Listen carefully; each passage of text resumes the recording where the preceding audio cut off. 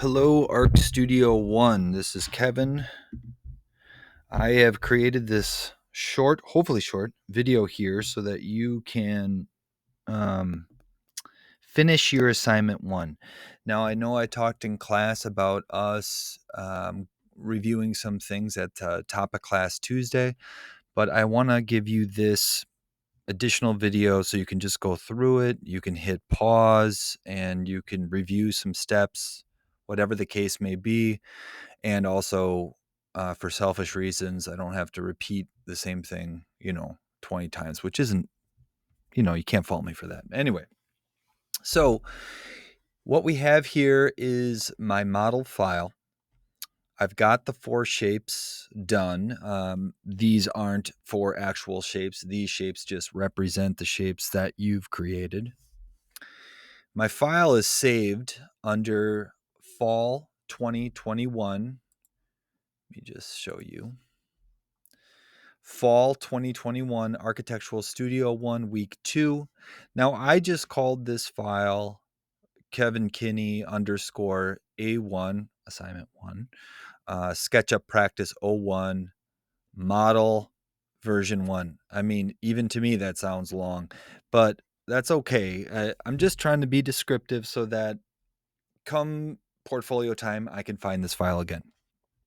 Okay, so this is the model file. This isn't what you are going to actually turn in to me. If we look at the assignment, let me go to student view, scroll over. If I look at the assignment, what I'm really looking for, we can see in these last 3 steps. Export a high quality JPEG of your shapes. Name the file this, and turn your export into Teams. So really, I'm just looking for that image export. Considerations: make sure your style is set to shaded with textures. I'll show you how to do that. Feel free to adjust the profile edges. I'll show you how to do that. Make sure shadows are turned on. And then how do we actually do the export?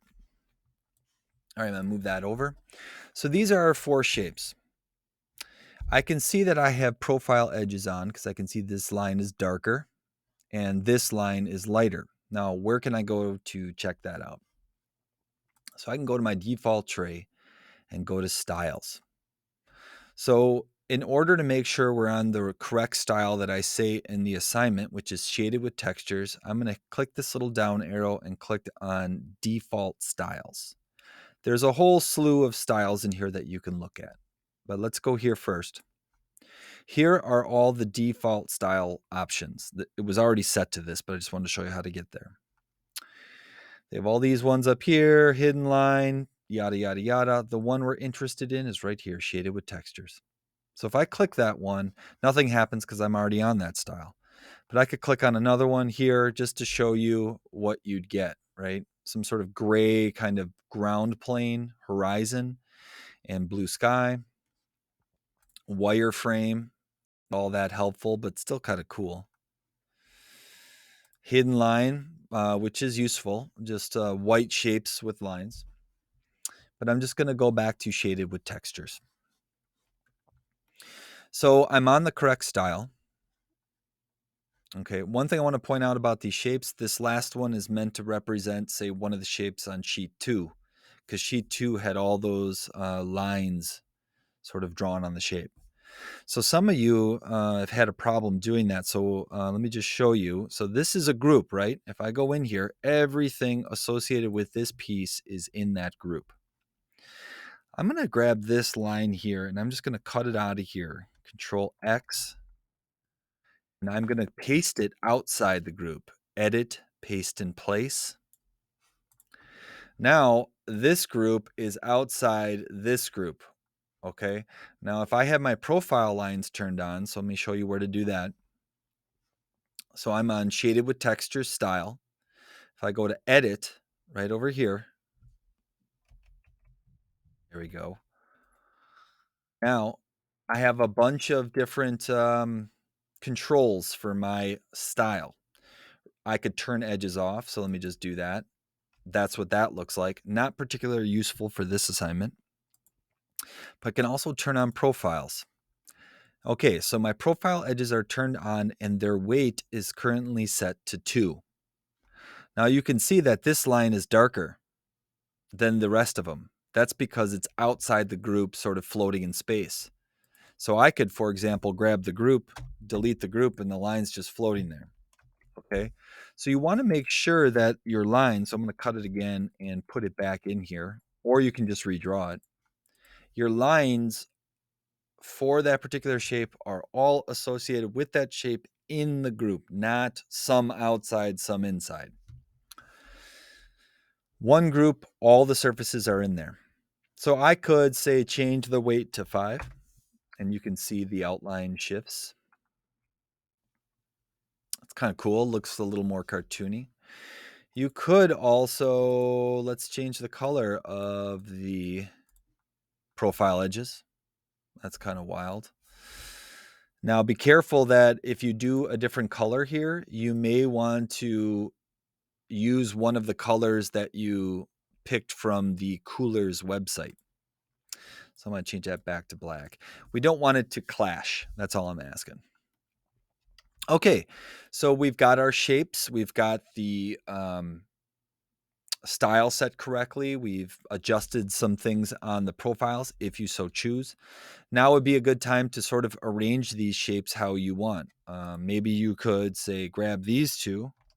I'll go to the move command, and maybe I want to put them sort of in line with these, but shifted down a little bit. Maybe it's like kind of like a little 4-pack like this. Or maybe you like them in a line like that. So that's fine. So arrange them how you will. They can even go vertical and float in the air if you want. All right, so I'm going to go to shadows and I'm going to turn on shadows. So I went to the shadow tray, and this is the button right here to turn on shadows. So I'm going to click that, and there it is, right? Beautiful. We're getting the shadows on the shapes themselves. We're also getting shadows on the ground. And the ground I didn't model or anything, but it's there. So I can uncheck ground, right? And they'll go away from the ground, but they'll still be on the faces of the shape. I can also uncheck faces and just have it on the ground. Personally, I think on faces checked and on ground check looks the most accurate. Okay, so I've got that turned on. I really like this view. This looks pretty good. So let's say I want to just save this view. I don't want to export it yet. Let's just save it. So I'm going to go to scenes. So we were in shadows. Now I'm in scenes. I like how this looks. I'm going to hit the plus right here. Okay, you're probably going to get this.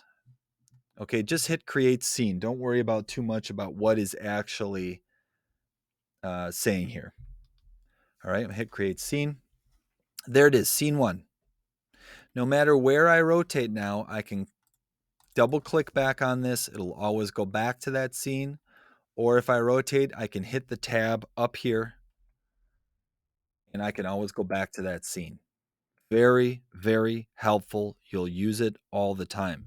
Now I could change the name of this scene and just call it view 1, for example. So I typed there and then I just clicked in space. I can see it changed up here. And that looks good. All right. Now, let's say I'm going to go back to that view. There, it just moved a little bit. And I want to change the field of view now and just play with that. So I'm going to go to camera, field of view. Now, when you do that, you get this little magnifying glass. If you left click and hold down and scroll and push the mouse up or down, you can see what changing the field of view does. Now I'm going to let go of the mouse and you can see the value of that field of view down here. Likewise, you could just type in 100 and hit enter. I'm still in the field of view command and see. Now rotate around with your field of view at 100, right? You can sort of see what that feels like. I'm going to type in, I can still see I'm in the field of view command because I have the magnifying glass there. I'm going to type in 75 and hit enter. Okay, not quite as skewed. Okay, so let's find a provocative view with the field of view at 75. So I could do another aerial like this, which still looks good. I mean, that looks really nice. Now, one thing you'll notice I'm doing here is I'm centering my objects sort of in this view.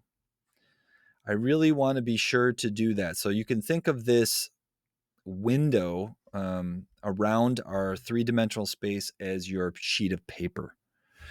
So I could rotate around, get it right where I want it, about right there.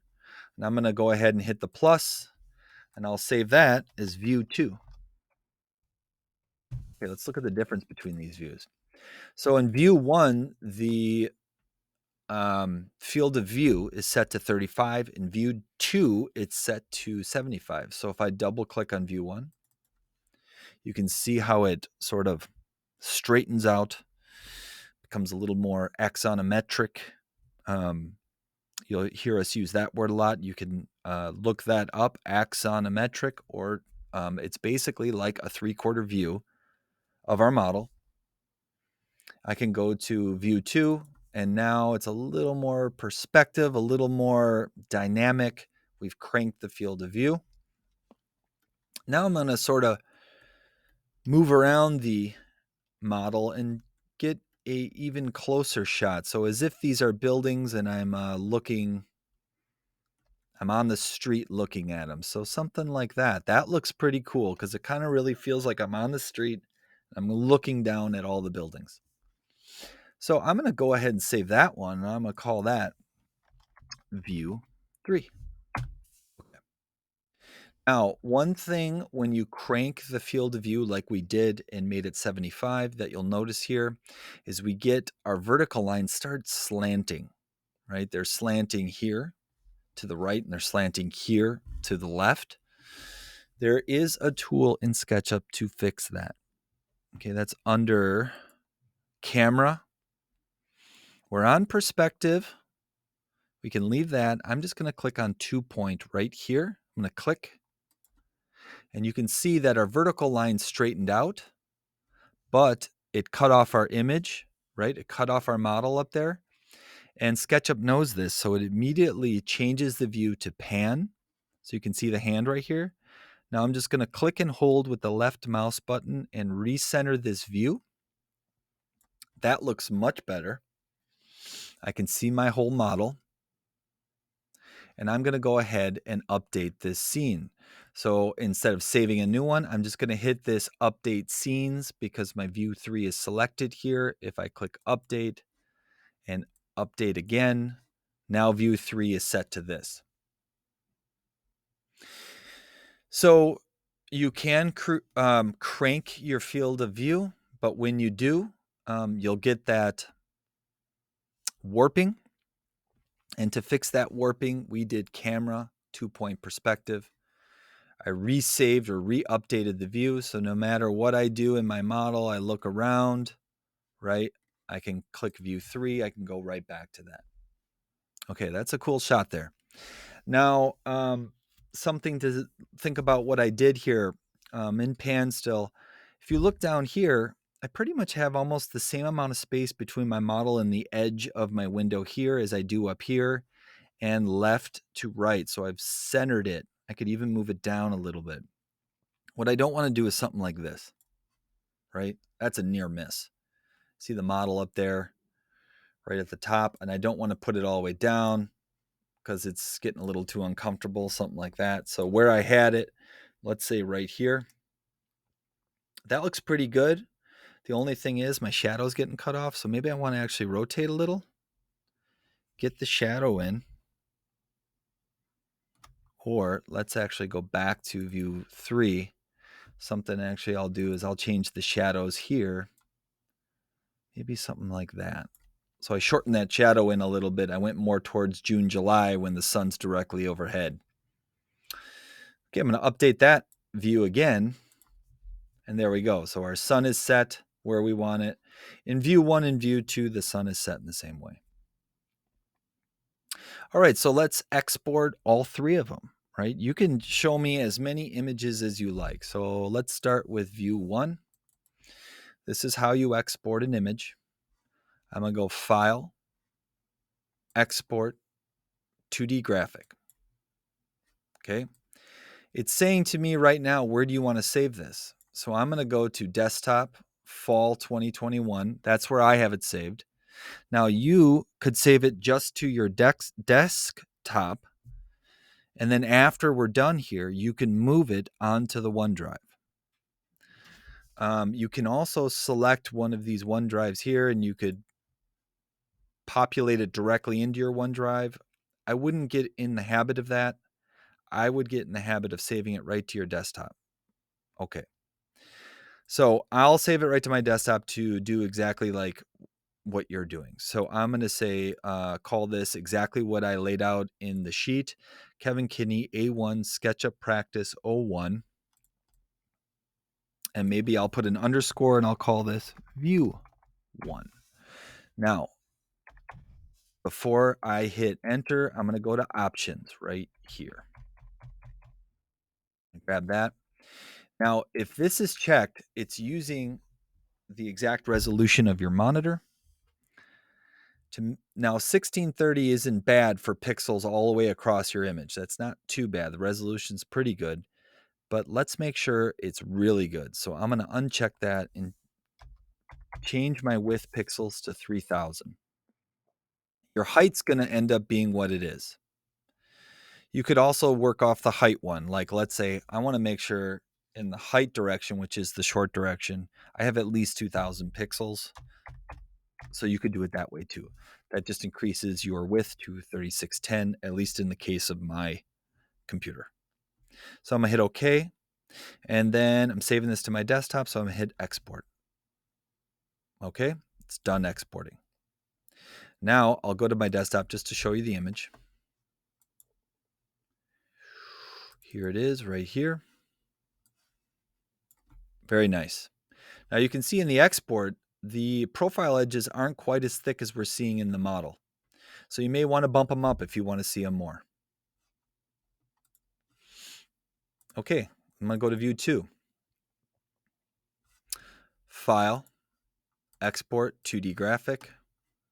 I'm going to just select that first image so I can kind of get the same naming convention. And I'm just going to change the view 1 on the end to view 2. And hit export. I can guarantee you that our settings are exactly the same. So I'll hit export. And I'm going to do the third one right away. File, export.